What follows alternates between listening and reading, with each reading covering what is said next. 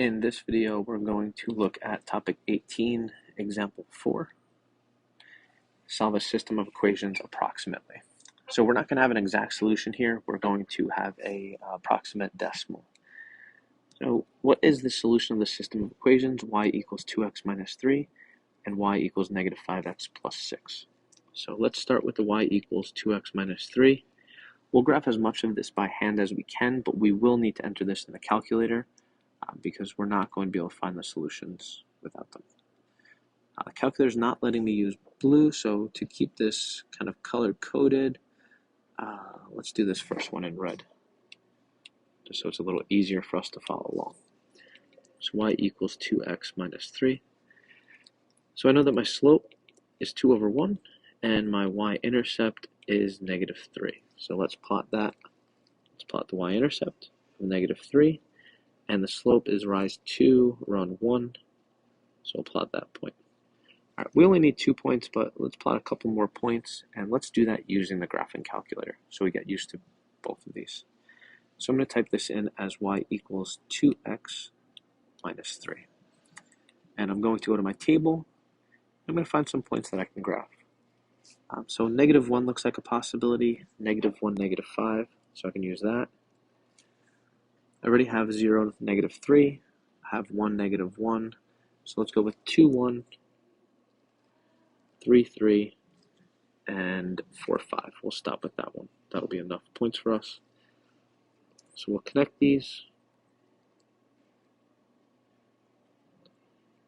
You can use a straight edge. I let the iPad do the work. So we have our first equation. Let's look at the second one. All right, I can use blue now. Oh, nope, they lied. So let's just type this one or write this one in green. So we have y equals negative 5x plus 6. So my slope is negative 5 over 1, and my y-intercept is 6. So I plot that point, that's 6, and then go down 5 and over 1.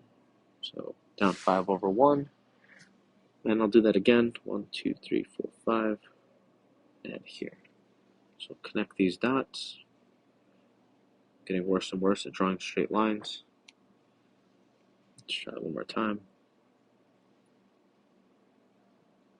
There we go, that'll do.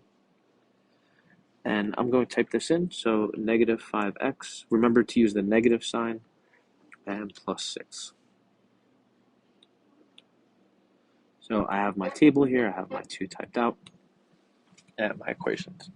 So what I'm looking for is if I look at my graph, so if I hit graph, I'm going to have an intersection point. And on the screen as well, we see that this intersection point is somewhere in this range. Now, I have no idea what that is, just looking at it. All right, I know it's a little bit after 1 and a little bit less than 0, but I don't know exactly what that coordinate point is going to be. So I'm going to let the calculator do the work for us. So for the solution, what you want to do after you've graphed it, you're going to hit second trace, which will bring you to the calculate section, and you want to go down and look for the intersection point. So we're going to hit enter. First curve, again, just make sure that this is on either line. It doesn't matter which one to start. If I hit up or down, it'll switch lines, but just choose one of the lines, hit enter. Once you hit enter, the cursor should jump to the other line. Again, hit enter. Just make sure it's on the opposite line of what your first curve was.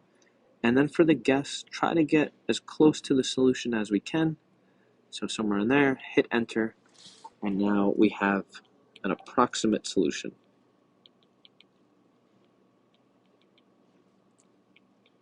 Right. Notice how those decimals keep going, so there's a good chance that this is not going to be perfectly accurate. So we'll say x is equal to 1.286, and y is equal to negative 0.429.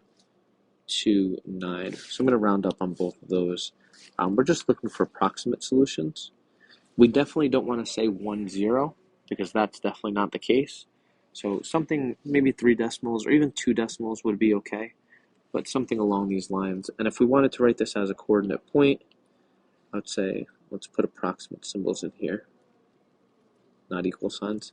So our solution is approximately 1.286 negative 0.429. So the calculator becomes very, very useful for us when we can't figure out exactly what the solution is, because the intersection point is somewhere like within the grid, right? It's not directly on a corner, so we would have to use some form of technology to figure that out. So my approximate solution, again, is right here and here. You can write it as the x is approximately, y is approximately, or as a coordinate point.